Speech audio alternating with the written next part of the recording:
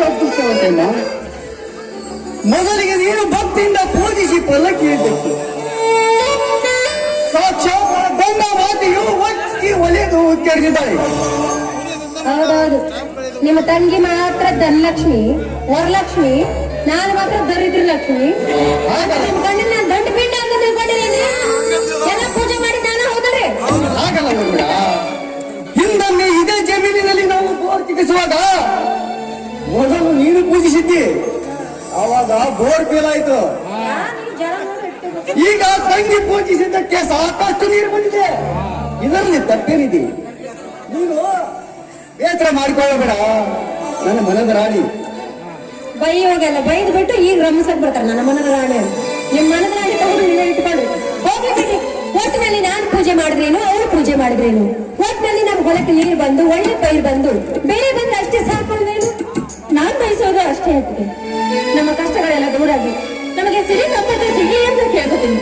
ಹಾಗೆ ಹಿಂದೆ ನಮಗೆ ಬಡವರಾಗಿದ್ದಾಗ ಬಂದ ಕಷ್ಟಗಳು ಅಷ್ಟಷ್ಟಲ್ಲ.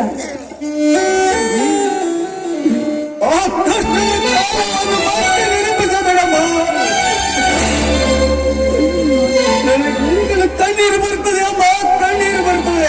ಸಾವಿತ್ರಿ, ಅಂಥ ಕಷ್ಟ ನೀವೇ ಅನುಭವಿಸಿದ್ರಿ. ನಾವು ಚಿಕ್ಕವರಿದ್ದಾಗ ಮಳೆ ಬರದೆ ಬರದಾಗಿತ್ತು. ನಾವು ಬಿತ್ತಿದ ಬೆಳೆ ಯಾರು ಬರಲಿಲ್ಲ. ಆಗ ಹೊಟ್ಟೆ ತುಂಬ ಮನೆಗೆ ಕೂಲಿ ಕೆಲಸಕ್ಕಂತ ಆಗ್ತಾ ಇತ್ತು. ತಿಂಗಳಗಟ್ಟೆ ಅದು ಒಂದು ಕೂಲಿ ಕೊಡ್ತಾ ಇತ್ತು. ಉಪವಾಸದ ಇತ್ತ ದಿನಗಳು ನಿಜವಾಗ್ಲೂ ಮರೆಯಕ್ಕಾಗಿಲ್ಲ. ಹೋಗಿ ಬಿಡು ಸಾವಿತ್ರಿ, ಸುಖ ಬಂದಾಗ ಕಷ್ಟಪಟ್ಟಿದ್ದನ್ನ ಯಾವ ಕಾಲಕ್ಕೂ ಮರಿಬೇಕಂತೆ. ಹಾಗಂತ ಈಗ ತಿನ್ಲಿಕ್ಕೆ ನಮ್ಮ ಮನೇಲಿ ಅನ್ನಕ್ಕೇನು ಕಮ್ಮಿ ಇಲ್ವಲ್ಲ. ಹಿಂದಿನ ತೆಗೆದ ಆತ್ರೆಗೆ ಯಾರು ಕೇಳೋದಿಲ್ಲ, ಯಾರು ನಂಬುದೂ ಇಲ್ಲ. ಒಂದು ಕಷ್ಟಪಟ್ಟಿದ್ದಕ್ಕೆ ಇಂದು ಆ ದೇವರು ನಮಗೆ ಕೊಟ್ಟಿದ್ದಾನೆ. ಬೆವರು ಸುರಿಸಿ ದುಡಿದವರಿಗೆ ಬಡತನ ಬರುವುದಿಲ್ಲವೆಂದು ನಾನು ನಂಬಿದ್ದೇನೆ. ಸಾವಿತ್ರಿ, ಪೂಜಾ ಸಾಮಗ್ರಿಗಳನ್ನು ತೆಗೆದುಕೊಂಡು ನೀನು ಮನೆಗೆ ನಡೆಯಮ್ಮ.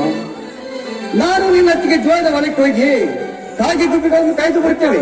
ಸರಿ, ಬೇಗ ಬಂದ್ಬಿಡಿ. ನೀನು ಒಂದು ನಡೆಯಮ್ಮ, ನಾನು ನಿನ್ನತ್ತಿಗೆ ಆಮೇಲೆ ಬರ್ತೀನಿ.